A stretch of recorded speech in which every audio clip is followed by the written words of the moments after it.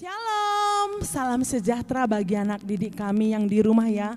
Kita sangat bersyukur hari ini kita boleh kembali bersama-sama menyaksikan ibadah online kita untuk memuji kebersamaan nama Tuhan. Saya percaya hari ini kita dalam keadaan baik-baik saja ya.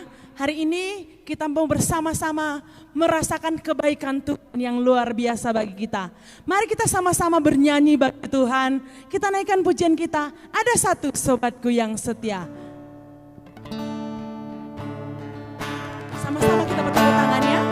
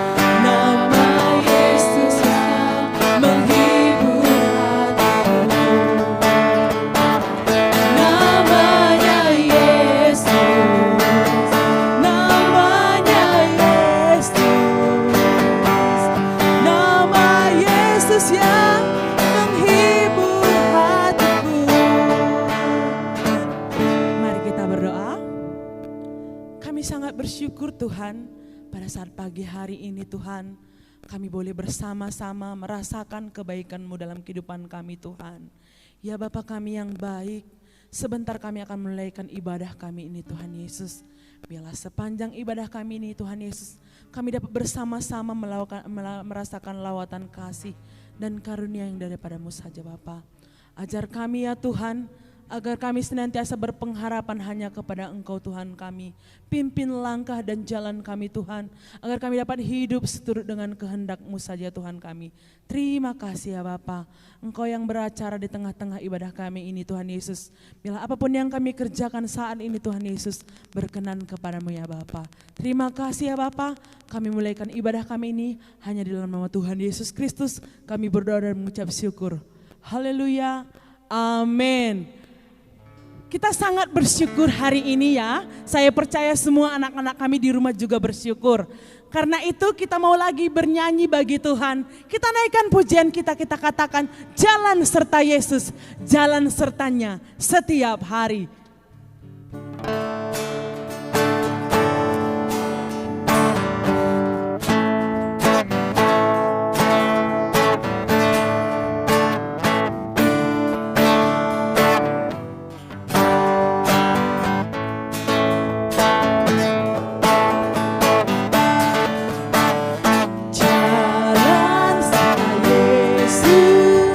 Jalan sertanya setiap hari.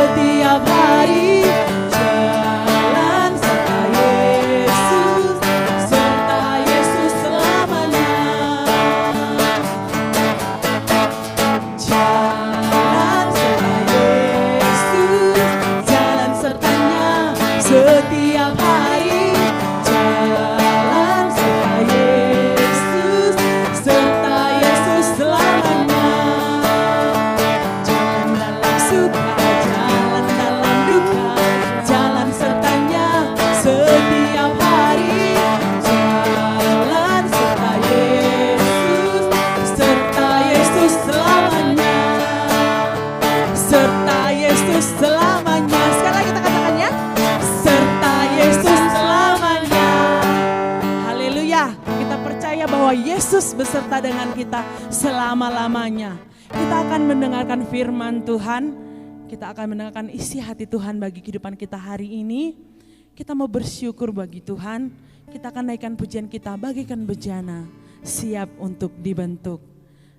Haleluya.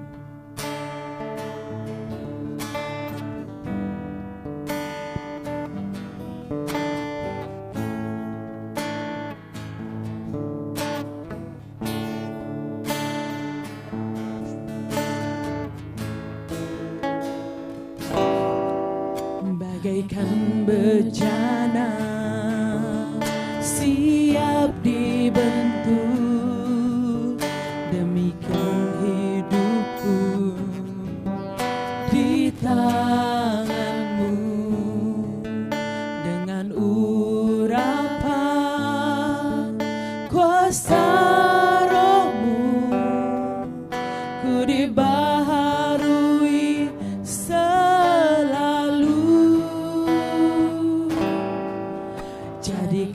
ku alat dalam rumahmu. Inilah hidupku di tanganmu.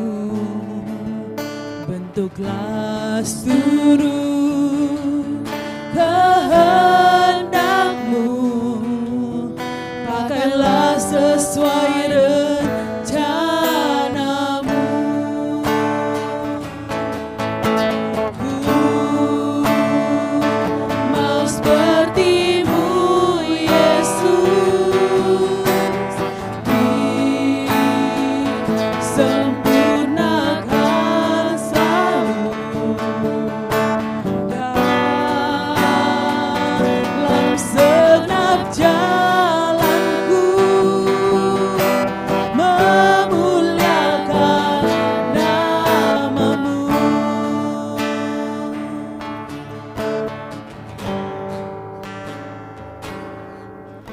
bagaikan bejana siap dibentuk, demikian hidupku di tanganmu. Dengan urapan kuasa rohmu, ku dibaharui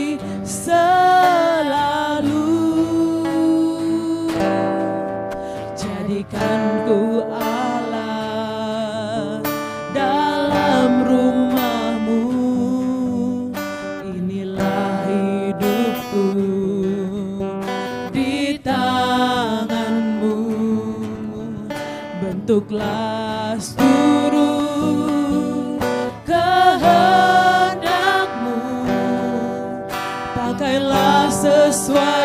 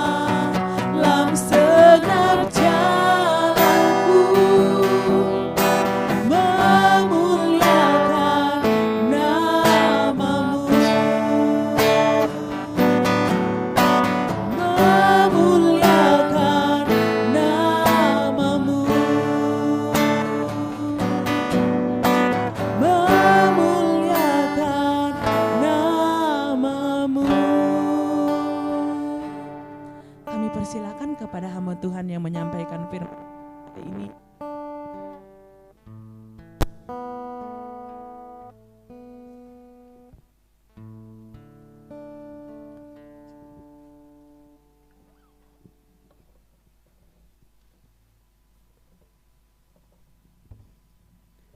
Baik anak-anak ibu sekalian, sebelum kita mendengarkan firman Tuhan, kita bersatu di dalam doa.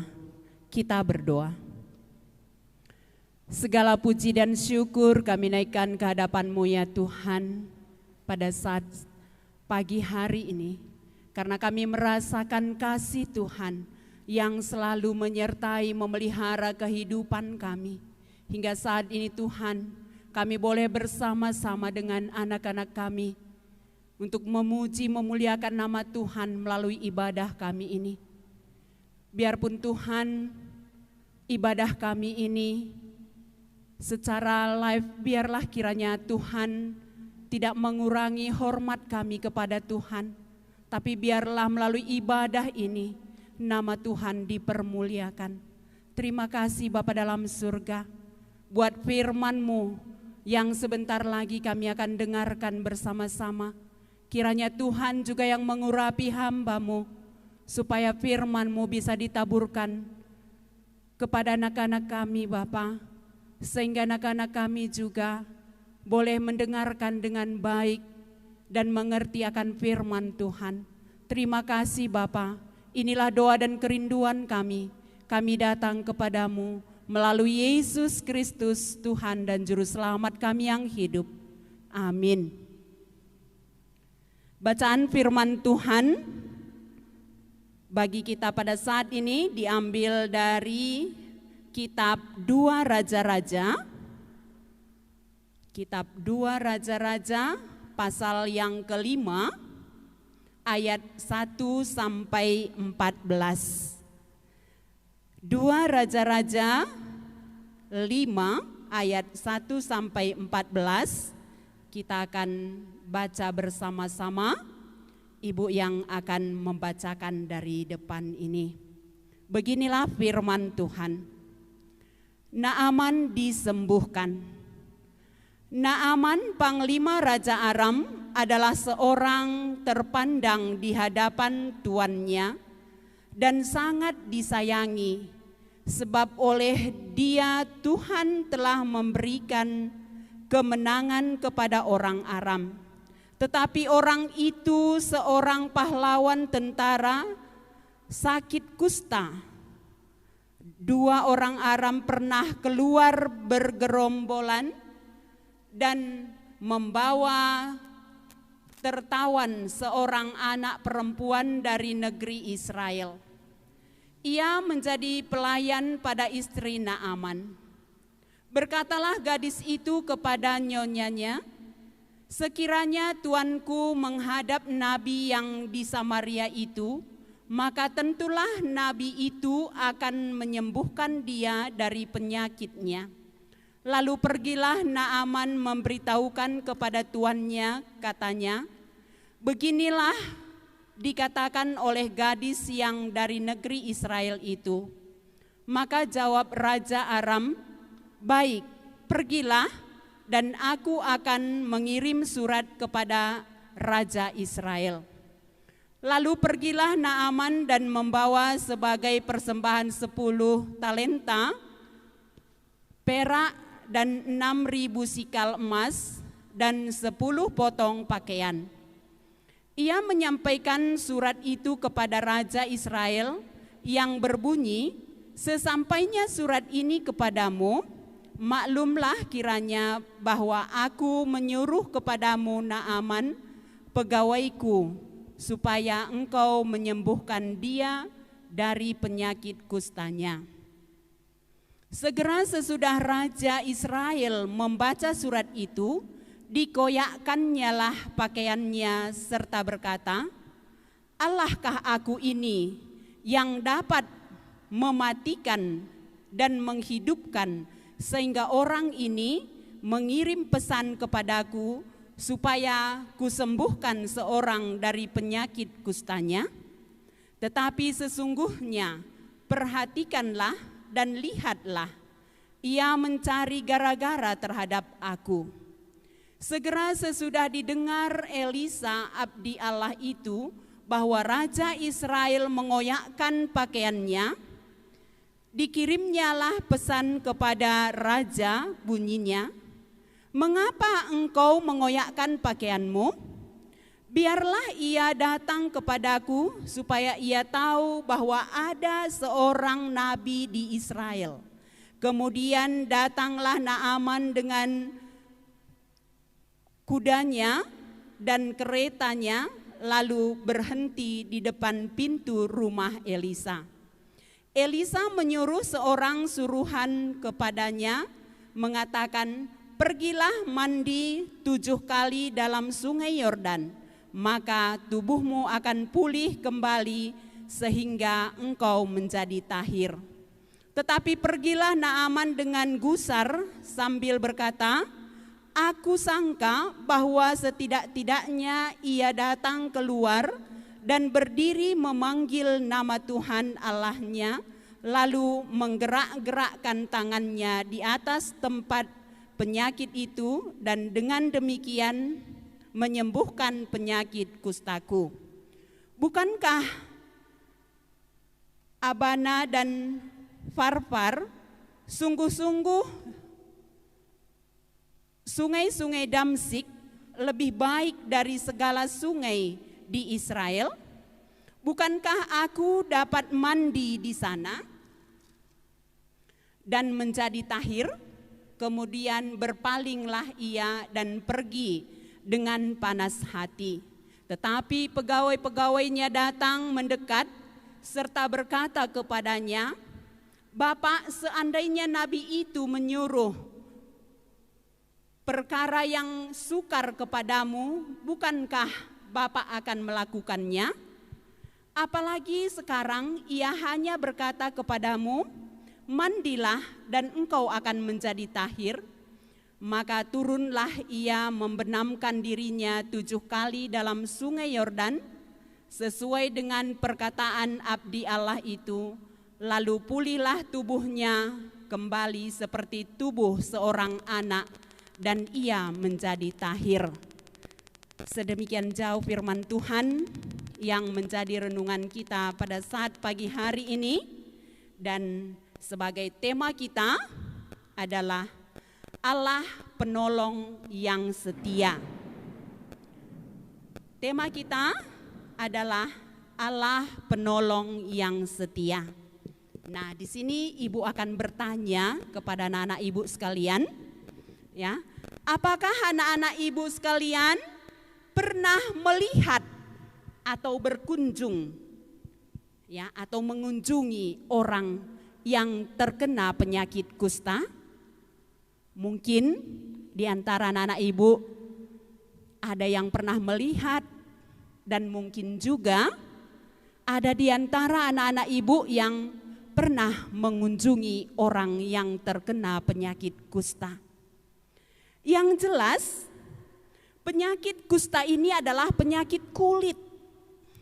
Ya. Nah, jadi penyakit kulit ini, ya, bisa berbahaya, ya, berbahaya, bisa menular dan bisa juga mematikan. Itulah penyakit kusta pada zaman dulu. Nah, sama seperti pada zaman kita sekarang ini, di masa pandemi ini ada juga penyakit yang luar biasa juga, yaitu virus COVID-19. Jadi menular dan juga bisa mematikan. Nah, begitulah penyakit yang dialami seorang panglima perang Raja Aram. Dia terkena penyakit kusta, lalu dia sudah berobat kemana-mana tetapi belum bisa disembuhkan. Nah, ternyata Raja Aram ini juga pernah, ya, menyerang bangsa Israel, dan bahkan ada yang ditawan bangsa Israel, termasuk seorang anak yang dipekerjakan sebagai pelayan dari istri panglima tersebut tadi. Ketika seorang anak ini melihat keadaan tuannya, yaitu Naaman tadi, dia pun kasihan dan ingin menolongnya. Jadi dia menolongnya anak ibu dengan cara menyampaikan bahwa ada seorang nabi di Israel, yaitu tadi Nabi Elisa, yang mampu menyembuhkan penyakit tuannya, yaitu Naaman tadi. Nah, begitu diberitahukan seorang anak ini tadi bahwa Nabi Elisa yang sanggup menyembuhkan penyakitnya, maka dia pun memberitahukan kepada tuannya, dan tuannya pun langsung bergerak untuk menemui Nabi Elisa tersebut. Nah, setelah mereka bertemu, walaupun bisa dikatakan bangsa Israel pernah dijajah oleh panglima ini tadi, ya, bangsa Aram, tetapi dia tidak dendam, ya, tetapi malah dia berbelas kasihan, ya, melihat situasi Naaman yang terkena penyakit kusta, dia punya belas kasihan dan ingin menolongnya. Nah, anak-anak ibu sekalian, ketika tadi kita membaca firman Tuhan, dari nats tersebut kita mengetahui bahwa ada perintah yang disuruh oleh Nabi Elisa untuk menyembuhkan Naaman dari penyakit kustanya. Nah, ketika diperintahkan oleh Nabi Elisa kepada Naaman, yaitu dengan menyuruh mandi ke sungai Yordan dan mencelupkan tubuhnya selama 7 kali. Nah, pada awalnya Naaman ini merasa kecewa, atau bisa dikatakan dia sepele dengan perintah Nabi Elisa. Tetapi walaupun dengan hati yang gusar, dia pun melakukan apa yang diperintahkan oleh Nabi Elisa.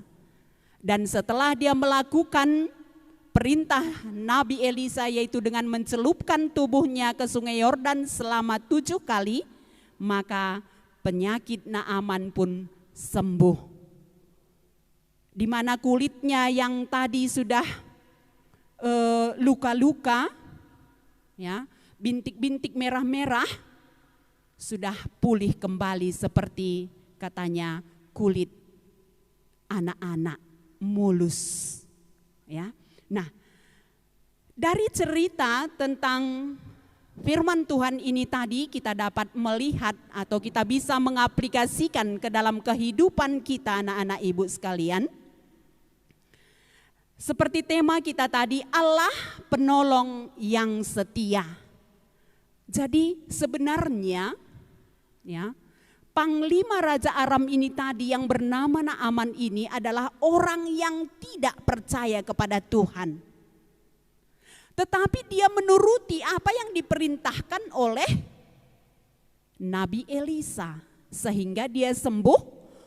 Dan bukan hanya sebatas dia sembuh, malah dia menjadi percaya kepada Tuhan.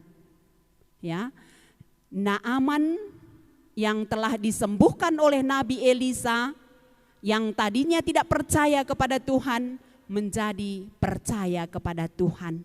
Nah, kalau kita aplikasikan ke dalam kehidupan kita, anak-anak ibu sekalian, ya, Allah penolong yang setia. Jadi kita lihat tadi bagaimana pertolongan Tuhan terhadap Naaman melalui Nabi Elisa, ya, begitu indah. Di mana harapan daripada Naaman sudah hilang, tetapi dia bisa dipulihkan, bahkan menjadi percaya kepada Tuhan. Nah, kita juga di dalam kehidupan kita tidak pernah terlepas daripada masalah. Kalau Naaman tadi masalahnya adalah penyakit. Mungkin anak-anak ibu juga sekalian pasti punya masalah. Ya, apakah mungkin masalahnya dalam hal nilainya yang masih belum memuaskan? Apakah mungkin apa yang diinginkan belum dipenuhi oleh orang tua sehingga menjadi masalah bagi anak-anak ibu sekalian? Yang jelas ya, kita hidup ini ada sukacita dan ada juga duka cita. Ada yang menyenangkan bagi kehidupan kita, ada juga yang tidak menyenangkan. Tetapi melalui firman Tuhan yang menjadi renungan kita pada saat pagi hari ini, kita jangan pernah lupa bahwa Allah itu adalah penolong yang setia. Ya, ketika kita susah, ketika kita sedih, jangan pernah meninggalkan Tuhan. Tetapi marilah kita andalkan Tuhan di dalam setiap pergumulan kita, di dalam setiap masalah kita, sehingga Tuhan akan selalu menolong kita. Jadi dari sikap dan perbuatan kita, ya seperti Nabi Elisa tadi, Nabi Elisa dengan perbuatannya, dengan tindakannya, orang menjadi percaya kepada Tuhan. Jadi harapan Tuhan juga kepada kita sebagai anak-anak Tuhan, marilah kita melakukan apa yang dikehendaki oleh Tuhan, sehingga orang lain juga dapat melihat dan percaya kepada Tuhan. Datang kepada Tuhan dengan sikap dan perbuatan kita sehari-hari, baik bersama dengan teman-teman kita, baik bersama dengan keluarga kita, di tengah-tengah masyarakat. Ya, marilah kita jadikan hidup kita juga menjadi berkat bagi orang lain. Dan inilah harapan Tuhan bagi anak-anaknya yang sudah mengaku percaya dan menjadi anak-anak Tuhan. Jadi inilah firman Tuhan yang bisa Ibu bagikan pada saat ini. Biarlah kiranya firman ini menjadi penyemangat bagi anak-anak kami sekalian di rumah, supaya kita tetap merasakan bahwa Allah itu adalah penolong yang setia bagi orang yang percaya. Jadi firman Tuhan cukup sekian yang bisa Ibu sampaikan pada saat ini. Tuhan Yesus memberkati. Amin. Kita akan menutup ibadah kita ini dengan berdoa, lalu nanti kita akhiri dengan mengucapkan doa Bapa kami yang diajarkan oleh Tuhan Yesus. Kita bersatu di dalam doa. Kembali kami bersyukur ya Tuhan, di mana firman-Mu yang menjadi renungan bagi kami sudah kami dengarkan Tuhan. Melalui firman Tuhan yang menjadi renungan kami pada saat ini, mengajak kami supaya kami mengandalkan Tuhan sebagai penolong kami yang setia, baik dalam suka maupun duka. Kami tetap mengandalkan Engkau di dalam setiap kehidupan kami. Terkhusus Tuhan, anak-anak kami yang pada saat ini belajar juga dari rumah. Biarlah kiranya Tuhan yang senantiasa memberikan semangat, sehingga anak-anak kami boleh belajar dengan sungguh-sungguh seperti yang Tuhan harapkan dan guru-guru harapkan dari anak-anak kami semuanya. Terima kasih Bapa dalam surga. Biarlah kiranya Tuhan yang senantiasa memberikan kesehatan kepada setiap anak-anak kami, memberikan kepintaran kepada setiap anak-anak kami, sehingga anak-anak kami ini boleh bertumbuh menjadi anak-anak yang setia dan takut akan Tuhan. Inilah doa dan pengharapan kami Bapa. Kiranya Tuhan mendengar dan menjawab setiap doa-doa kami ini. Inilah doa dan pengharapan kami Bapa. Kami datang kepadamu melalui Yesus Kristus, Tuhan dan Juru Selamat kami yang hidup. Amin. Kita sama-sama mengucapkan doa yang diajarkan Tuhan Yesus. Bapa kami yang di sorga, dikuduskanlah namamu, datanglah kerajaanmu, jadilah kehendak-Mu di bumi seperti di sorga. Berikanlah kami pada hari ini makanan kami yang secukupnya, dan ampunilah kami akan kesalahan kami, seperti kami juga mengampuni orang yang bersalah pada kami. Dan janganlah membawa kami ke dalam pencobaan, tetapi lepaskanlah kami daripada yang jahat. Karena Engkaulah yang punya kerajaan, dan kuasa, dan kemuliaan sampai selama-lamanya. Amin. Tuhan Yesus memberkati.